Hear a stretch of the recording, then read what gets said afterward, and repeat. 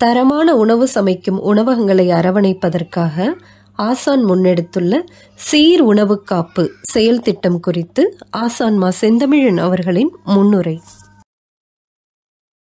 அனைவருக்கும் வணக்கம். உணவகங்களில் உணவு தரம் கெட்டிருக்கிறது என்பதை நாம் அறிவோம். அதனை பற்றிய செவ்வி உரையாடலில் உணவகம் எவ்வாறு சீர்கெட்டிருக்கிறது என்று நான் சில கருத்துக்களை முன்வைத்திருந்தேன். அந்த செவ்வி உரையாடலில் எவையெல்லாம் சிக்கல்கள் என்று கூறப்பட்டனவோ அவற்றுக்கான தீர்வுகளை நோக்கிய செயல் திட்டங்களை ஒவ்வொன்றாக முன்வைத்து கொண்டிருக்கிறோம். உணா காப்பு குழு என்பது அச்செயல் திட்டங்களில் ஒன்று.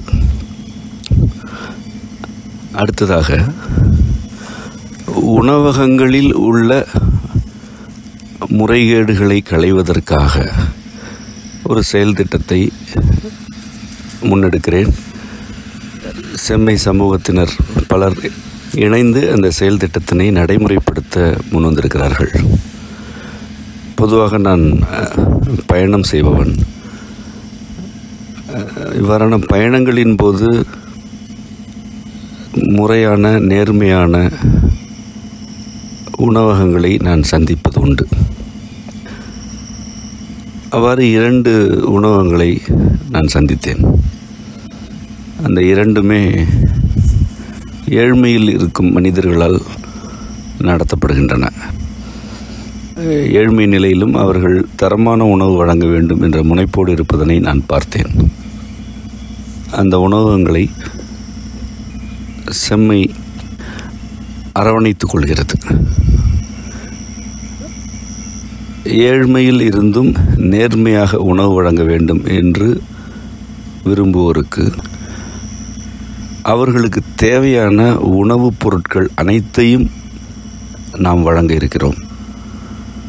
அரிசி, உளுந்து, வெந்தயம், எண்ணெய், தேங்காய், கடலைப்பருப்பு உள்ளிட்ட அனைத்து பொருட்களையுமே நாம் வழங்கிவிடுகிறோம். இதற்காக அவர்கள் எதனையுமே நமக்கு திருப்பி தர வேண்டியதில்லை. எவ்விதமான எதிர்பார்ப்பும் நமக்கு தனிப்பட்ட முறையில் இல்லை. அவர்கள் செய்ய வேண்டியது ஒன்றே ஒன்றுதான். நாம் வழங்கும் உணவுப் பொருட்களை முறையாக சமைத்து அவர்களுடைய தொழிலை மேம்படுத்திக் கொள்ள வேண்டும். உணவு உண்ண வருபவர்கள்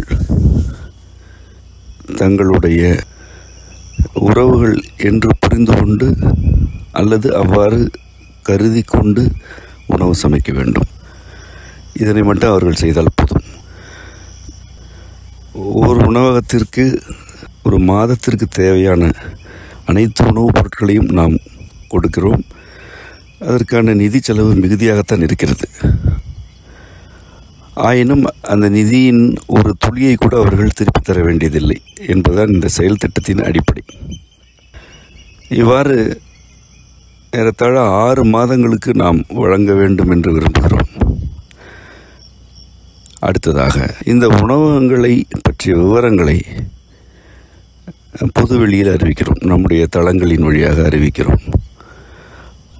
இவ்வுணவகம் இருக்கும் ஊரை சுற்றியுள்ள செம்மை சமூகத்தினருக்கு இந்த உணவகங்களை அறிமுகப்படுத்துகிறோம். அவர்கள் தங்களுடைய உணவு தேவைகளை இவ்வுணவகங்களில் நிறைவேற்றிக் கொள்ளலாம். நண்பர்களுக்கும் உறவினர்களுக்கும் இவ்வுணவகத்தினை அறிமுகப்படுத்த வேண்டும். சில மாதங்களுக்கு இப்படி நாம் அவர்களை அரவணைத்து கொண்டிருந்தால் அதன் பிறகு அவர்களே எழுந்து நின்று விடுவார்கள். இப்பொழுது பல்வேறு நெருக்கடிகள், சீர்கேடுகளால் அவர்கள் விழுந்து கிடக்கிறார்கள். இந்த நிலையிலும் அவர்களிடம் இருக்கும் நேர்மை என்னை கவர்ந்தது. அதனை பாராட்டிவிட்டு கடந்து செல்வதற்கு மனம் வரவில்லை. அவர்களுக்கு ஏதாவது செய்ய வேண்டும். உண்மையில் நம்மிடம் நிறைய இருக்கின்றது.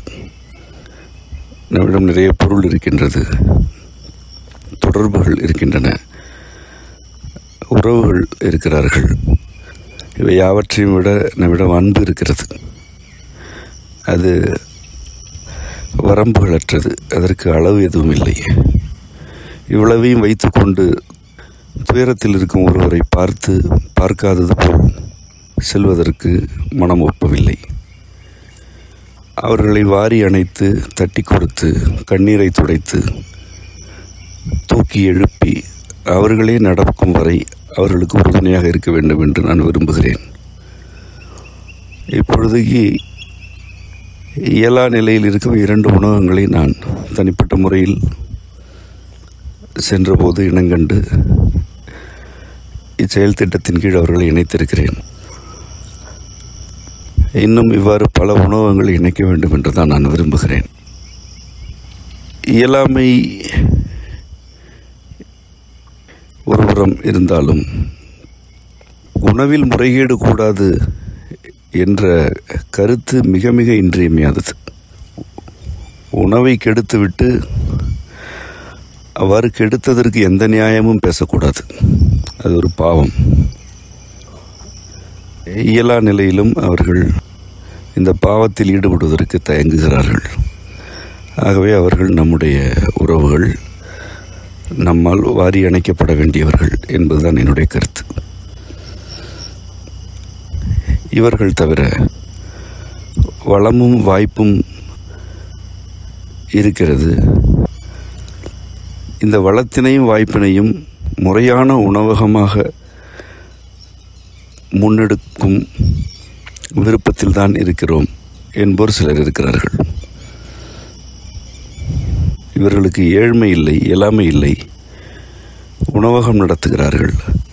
ஆயினும் அந்த உணவகத்தில் உணவு தரமானதாக இருக்க வேண்டும் என்று விரும்புகிறார்கள். அவ்வாறு நடந்து கொள்கிறார்கள்.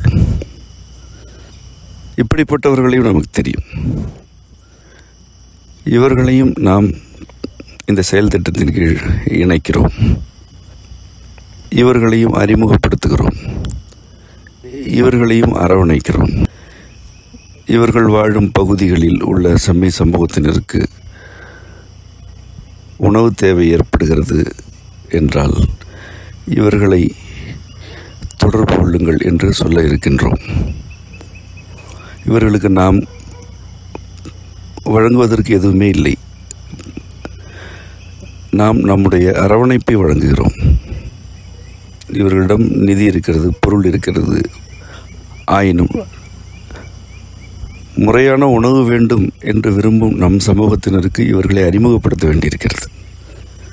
இவ்வாறு முறையாக உணவகம் நடத்துதல் என்பது ஒரு இக்கட்டான பணியாக இன்று மாறிவிட்டது. போட்டி என்ற பெயரில் முறைகேடான உணவு கவர்ச்சியாக சந்தைக்கு வருகிறது. விலையில் முறைகேடு நடக்கின்றது. சுவையூட்டிகளின் வழியாக தரமான உணவுகள் புறந்தள்ளப்படுகின்றன. இந்த இக்கட்டுகளை எல்லாம் கண்டும் கலங்காமல் இவர்கள் களத்தில் நிற்கிறார்கள். ஆடாமல் அசையாமல் நேர்மையாக தொழில் செய்கிறார்கள்.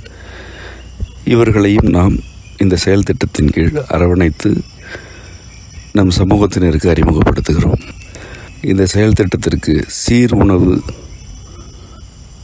என்று பெயரிடப்பட்டிருக்கிறது. செம்மை சீர் உணவு என்பதுதான் இந்த செயல் திட்டத்தின் முழுமையான பெயர். சுவைக்காக, வருவாய்க்காக, புகழுக்காக எந்த சுவையையும் கூட்டுதல், குறைத்தல், பொருட்களின் தரத்தை குறைத்து ஆதாயம் பெறுதல் என்று எதுவுமே இல்லாமல் சீரான உணவு வழங்க வேண்டும் என்ற விருப்பத்தில் இருப்பவர்களுக்கான செயல் திட்டம் இது.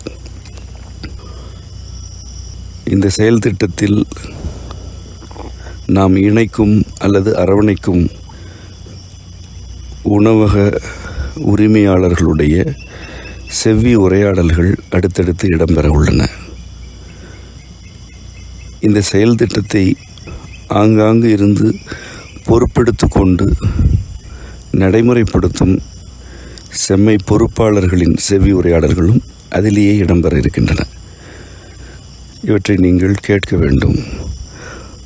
உங்கள் பகுதிகளில் அல்லது உங்களுக்கு அருகே உள்ள பகுதிகளில் இவ்வுணவகங்கள் இருந்தால் அவ்வுணவகங்களை நீங்கள் தொடர்பு கொள்ள வேண்டும்.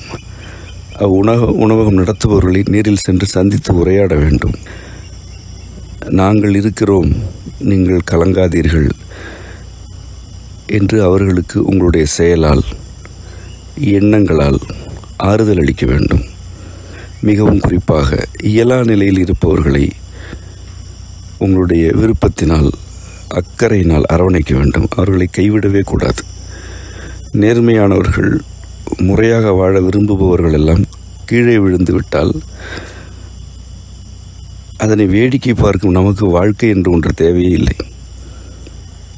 இப்படி வாழ்ந்து இங்கு நிலைநாட்டுவதற்கு எதுவுமே இல்லை. அருகே இருப்பவர்கள் துயரத்தில் இருக்கிறார்கள் என்றால் அவர்களுடைய துயரத்தை துடைப்பதற்கும் அவர்களை தூக்கி அணைப்பதற்கும் ஒரு நொடியும் தாமதிக்கக்கூடாது. விரைந்து செயலாற்ற வேண்டும். அவர்களுக்கு என்ன வேண்டுமோ அதனை வழங்குவதற்கு முன் வர வேண்டும். உங்களால் எதுவுமே வழங்க இயலவில்லை என்றாலும் மனதளவில் அவர்களை அரவணைத்து கொண்டே இருக்க வேண்டும். யாவும் இருந்தும் எதுவும் இல்லாதது போல் அலைந்து கொண்டிருப்பவர்கள் தான் சமூகத்தில் அதிகம். உண்மையிலேயே எதுவும் இல்லாமல் முறையாக தொழில் செய்ய வேண்டும் என்ற விருப்பத்தில் இருப்பவர்களை இந்த சமூகம் கண்டுகொள்வதில்லை.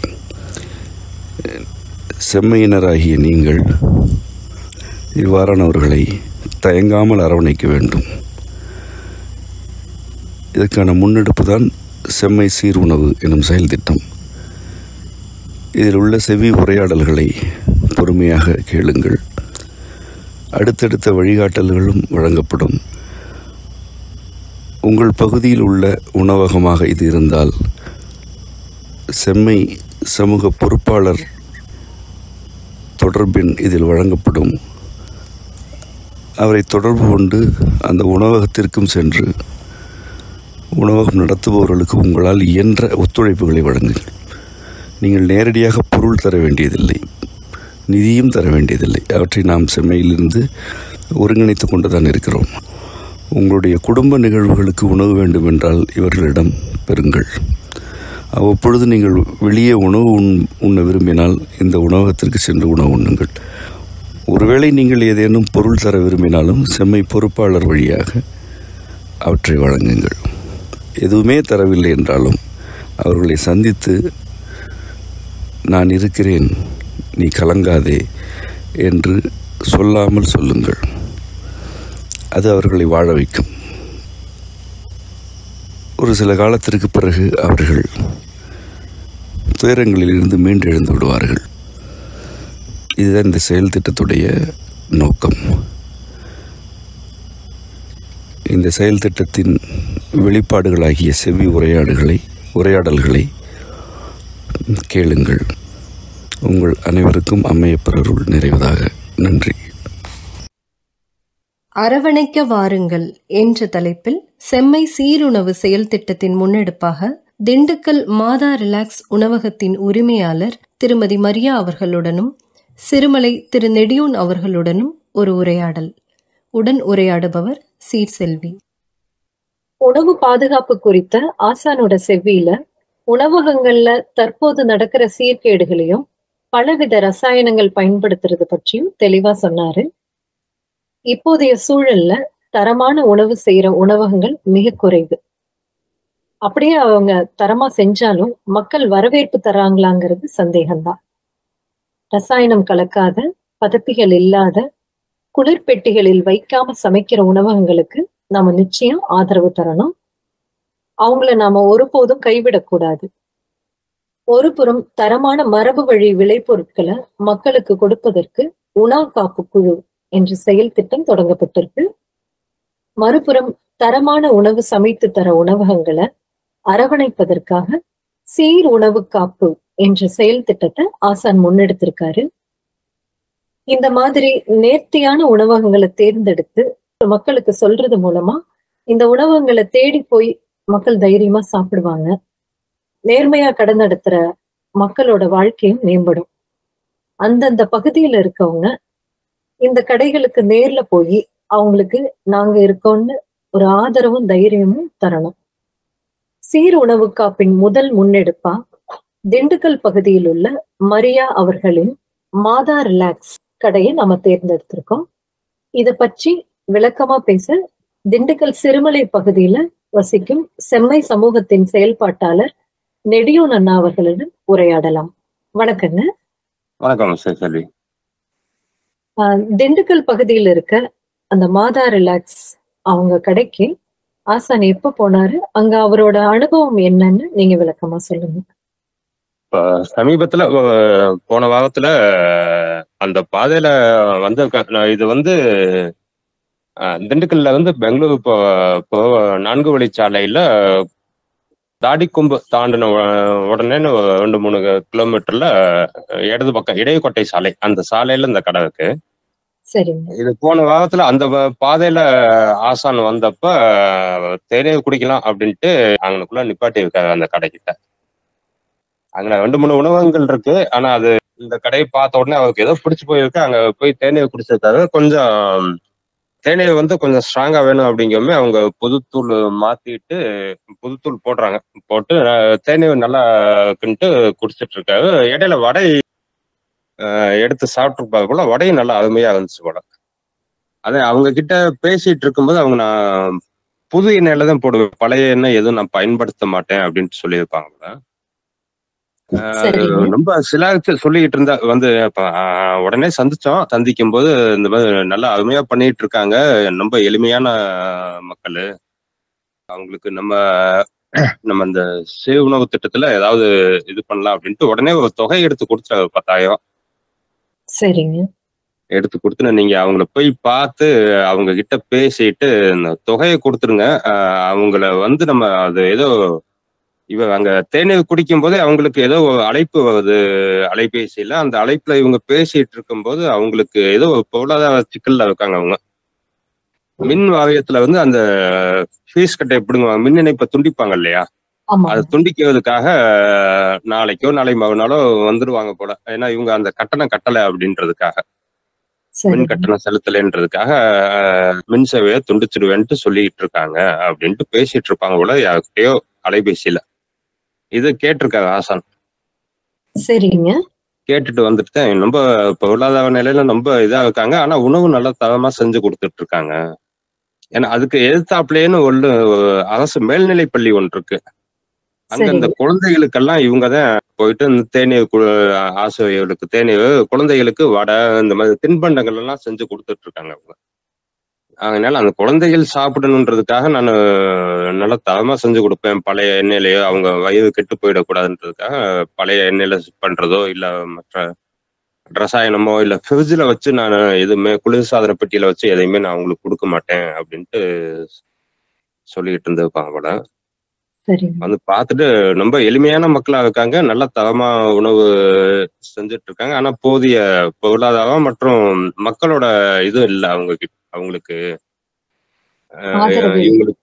ஆதரவு இல்லை. நம்ம இவங்களுக்கு ஏதாவது செய்யலாம் அப்படின்ட்டு உடனடியா கொடுத்துட்டாரு. நானும் கொண்டு போய் அவங்ககிட்ட கொஞ்ச நேரம் போய் 1/2 மணி நேரம் அவங்ககிட்ட பேசிட்டு இருக்கும்போதே அவங்களோட இது தெரியுது. பொது முடக்கத்துல ரொம்ப அவங்களுக்கு தெரியும், எல்லாத்துக்குமே தெரியும் அந்த மாதிரி சின்ன சின்ன கடையெல்லாம் எந்த அளவு இதாயிடுச்சு அப்படின்ட்டு. நிறுத்திட்டாங்க. சில பேர் அது இது பண்ண முடியாம அதுல இருந்து மீள முடியாம இன்னும் தத்தளிச்சுட்டுதான் இருக்காங்க. அது எல்லாம் இது பண்ணும்போது ரொம்ப வேதனையா இருந்தது. இந்த பணத்தை கொடுக்கவுமே அது அவங்க மறுத்தாங்க, வாங்கிக்க மாட்டேன், இல்ல வேண்டாம் அப்படின்ற மாதிரி தான் இது பண்ணிட்டு இருந்தாங்க. அப்ப சொல்லி இது வந்து நீங்க இந்த பணத்தை திருப்பி தரணும்னோ இல்ல எந்த இதுல எல்லாம் எந்த எதிர்பார்ப்புலையும் செய்யல, நீங்க தொழில நல்லபடியா செஞ்சுட்டு இருக்கீங்க, தரமா செஞ்சுட்டு இருக்கீங்க, இன்னும் இதை கொஞ்சம் நீங்க முன்னெடுத்து நீங்க போங்க, அந்த இதுக்காகத்தான் இதை நாங்க தரோம் அப்படின்ட்டு சொல்லி அப்பமா கொடுத்துட்டு வந்தோம். சரிங்க. இவங்களுக்கு சீர் உணவு காப்பு திட்டத்தின் மூலமா நம்ம என்ன செய்ய போறோங்கிறத பற்றி சொல்லுங்க.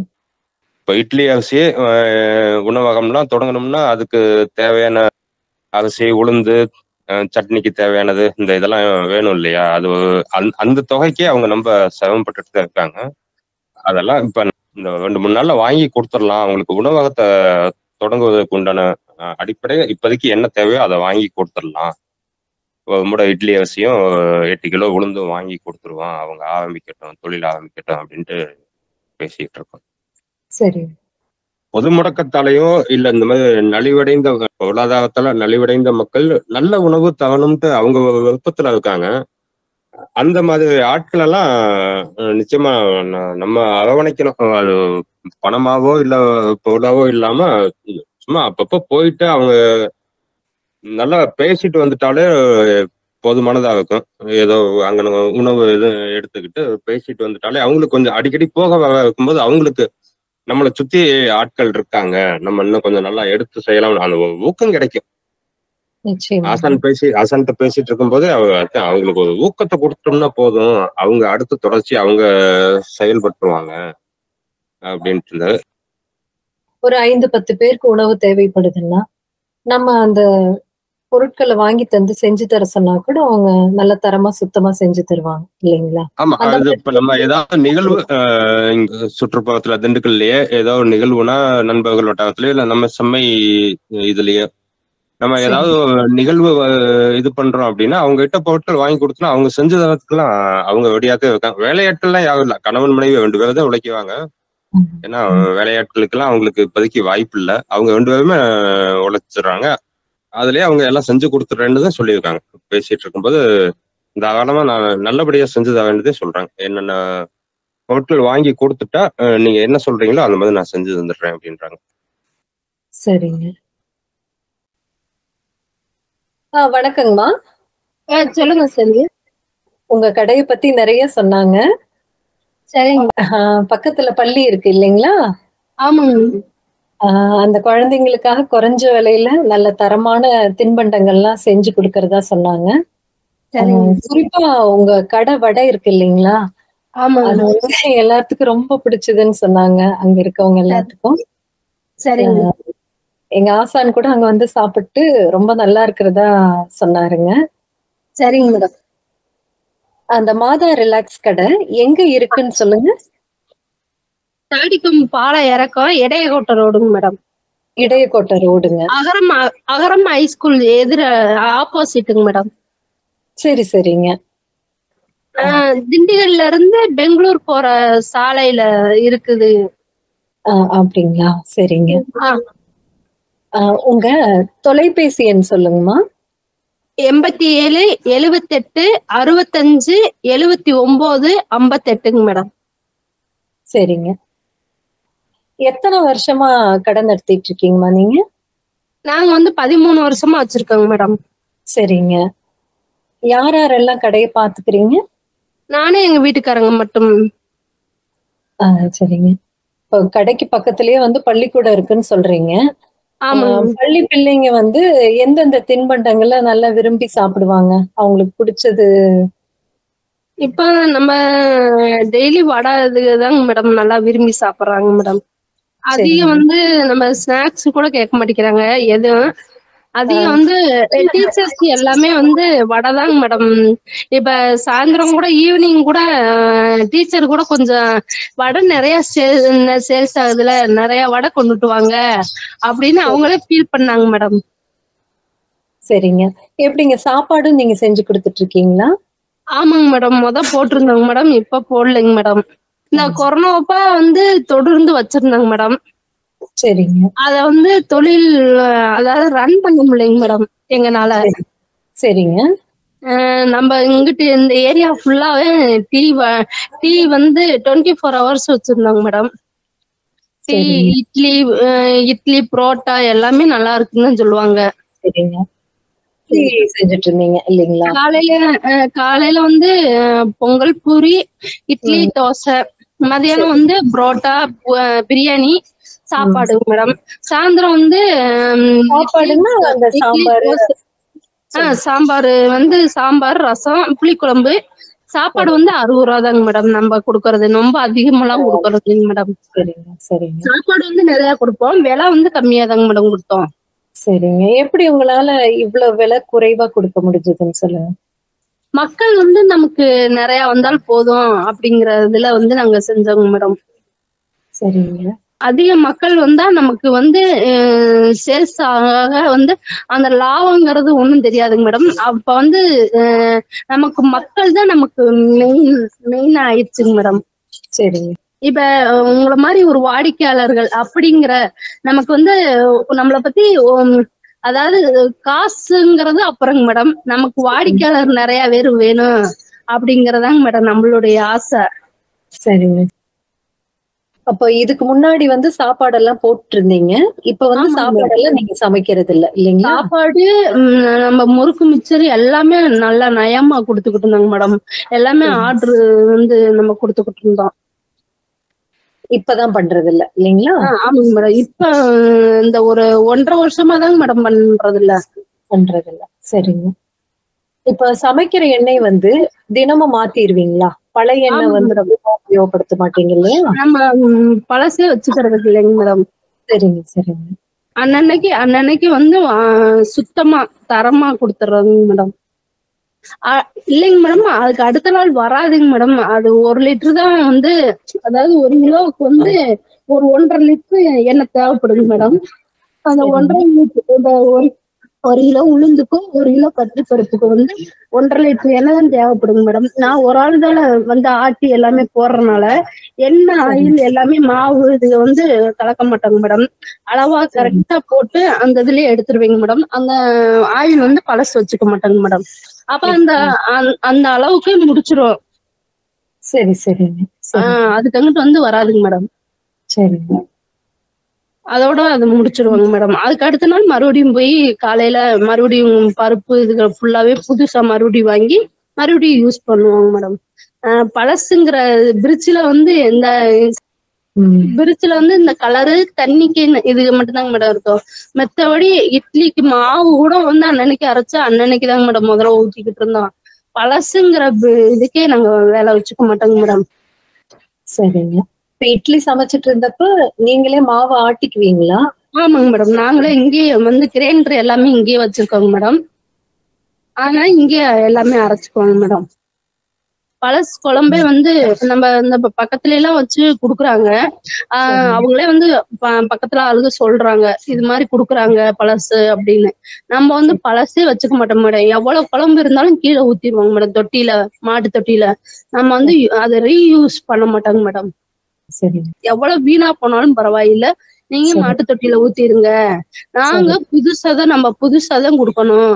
பழசுங்கிற வேலைக்கு வந்து இங்க வச்சுக்க கூடாது. எனக்கு வந்து அது வேணாங்க. எவ்வளவு காசா இருந்தாலும் அன்னன்னைக்கு நீங்க மாத்திருங்க அப்படின்னு நான் சொல்லிருவேங்க மேடம். எத்தனை தேங்காய் வேணாலும் நான் வாங்கி தரேன். நான் என்ன வரனாலும் குடுக்கறது வந்து தரமா கொடுக்கணும். அதுதான் நம்மளுடையது. ரொம்ப நல்ல கொள்கைங்க. ஆமாங்க மேடம். இப்ப இங்க இருந்து ஒரு 1.5 கிலோமீட்டர்ல கடைங்க மேடம். சரிங்க. அன்னன்னைக்கு நாங்க வாங்கி அன்னன்னைக்கு சமைச்சுக்குவோங்க மேடம். நாங்க ஹோட்டல் கடை வச்சிருந்தப்ப கூட அன்னன்னைக்கு நாங்க வாங்கி அன்னன்னைக்கு சமைச்சுக்குவோம். இப்ப 100 ரூபாய் 200 ரூபாய் 300 ரூபான்னு போய் வாங்கிட்டு இருந்துக்குவோம் மேடம். தேங்காய் எதா இருந்தாலுமே அன்னன்னைக்கு வாங்கி அன்னன்னைக்கு சமைச்சிட்டு அன்னன்னைக்கு பொழப்பு அப்படி மாதிரி ஓட்டிக்குவோங்க மேடம். சரி. பால் அன்னாடி இப்ப டீ போடுறோம், அதுல கூட நாங்க பழசு வச்சுக்க மாட்டோம். அன்னன்னைக்கு பால் வாங்கி அன்னன்னைக்கு டீ போடுறதோட வச்சுக்கோங்க மேடம். அதுல கூட நாங்க பழசே வச்சுக்கிறது இல்லைங்க மேடம். இப்ப 5 லிட்டரு 6 லிட்டருன்னு அன்னன்னைக்கு வாங்கிக்குவோங்க மேடம். அன்னன்னைக்கு தீர்த்துட்டு மறுபடியும் அதுக்கு அடுத்த நாள் மறுபடியும் காலையில வந்ததுக்கு அப்புறம் தாங்க மேடம் நாங்க டீயே போடுவோம். சரி. இப்ப ஆசான் வந்து அங்க சாப்பிட்டு தான் சொன்னாருங்க, நீங்க ரொம்ப விலையும் குறைவா கொடுக்குறீங்க, ரொம்ப சுவையாவும் இருந்துச்சு, தரமாவும் இருந்ததுன்னு சொல்லி சொன்னாரு. நீங்க அவர் பாத்தீங்களா? பாத்தேன் மேடம். என்கிட்ட வந்தனே வந்து டீ போட சொன்னாங்க. டீ வந்து தூள் முத எடுத்தனே பழசு எதுவுமே இல்ல. பாலை ஊத்துனே டீ தூள் புது டீ தூள் போட்டு அவருக்கு டீ போட்டு கொடுத்தேன். அப்புறம் மறுபடியும் ஒரு வடை எடுத்து சாப்பிட்டாரு. அப்புறம் மறுபடியும் இன்னொரு வடை எடுத்து சாப்பிட்டாங்க. சாப்பிட்டுக்கிட்டு இருக்கப்பே வடை சூப்பரா இருக்குமா அப்படின்னு கேட்டாங்க. எப்படிமா போடுறீங்க? என்ன சாஃப்டா இருக்கு, நல்லா இருக்கு, ரொம்ப பிடிச்சிருக்கு, இந்த தரத்துல வந்து எங்கேயும் குடுக்கறது இல்ல, எண்ணெய் கவுள் அடிக்கும் அப்படின்னு கேட்டாங்க. நாங்க அன்னன்னைக்கு யூஸ் பண்ணிக்குவோங்க சார். நம்ம எதுவுமே வந்து பழசே வச்சுக்க மாட்டோங்க சார். அன்னன்னைக்கு வாங்கி அன்னன்னைக்கு யூஸ் பண்ணிக்குவோம். புளிப்பு இது மாதிரி அடிக்கிற இதே கிடையாதுங்க சார். எண்ணெய் கூட வந்து கவுல் அடிக்காதுங்க சார். ஒவ்வொரு லிட்டர் எண்ணெய் வாங்கி அன்னன்னைக்கு யூஸ் பண்ணிட்டு அப்படியே ஓட்டிக்குவாங்க சார் அப்படின்னு சொன்னாங்க. அது சொல்லிக்கிட்டு இருக்கப்ப அவர் ரொம்ப பரவாயில்லைங்கம்மா அப்படின்னு அவர் ரொம்ப. சரி, இப்ப நீங்க வந்து உணவகம் நடத்திட்டு இருந்திருக்கீங்க முன்னாடி. ஆமாங்க. ஃப்ரிட்ஜ்ல வைக்காத பொருள், அப்புறம் இந்த தரமான கடலை எண்ணெய் இதெல்லாம் சேர்த்து நல்ல தரமான பொருள்லாம் உங்ககிட்ட கொடுத்துட்டா நீங்க சமைச்சு தருவீங்களா? சமைச்சு தருவாங்க மேடம். நிகழ்வுகளுக்கோ இல்ல மக்கள் யாராவது வந்து கேட்டாலும் நீங்க சமைச்சு தர முடியும் உங்களால, இல்லைங்களா? அதுக்குரிய விலை வந்து நீங்க உங்களுக்கு தர்றப்ப விற்பனை விலை நீங்க வச்சுக்கலாம், இல்லைங்களா? நீங்க கடலை எண்ணெய் வாங்கி சமைக்கிறீங்கன்னா அதுக்குரிய விலை வச்சீங்கன்னா அவங்க தரமான பொருள் வேணும்னு நினைக்கிறவங்க நிச்சயமா தருவாங்க, இல்லைங்களா? ஆமாங்க மேடம். ஆமாங்க மேடம். ரொம்ப நன்றிங்க. சீர் உணவு காப்பு திட்டத்தின் கீழ் தேர்ந்தெடுக்கப்படும் உணவகங்களுக்கு அந்தந்த பகுதியில் உள்ள செம்மை சமூக மக்கள் நேரடியா சந்திச்சு குடும்ப நிகழ்வுகளுக்கு தேவையான உணவுகளை வாங்கிக்கலாம். இவ்வாறு நாம அரவணைச்சோம்னா தரமான உணவகங்களை நம்ம எளிதா மீட்டெடுக்கலாம். மாதா ரிலாக்ஸ் உரிமையாளர் மரியா அவர்களுக்கும் நெடியோன் அண்ணா அவர்களுக்கும் நன்றி.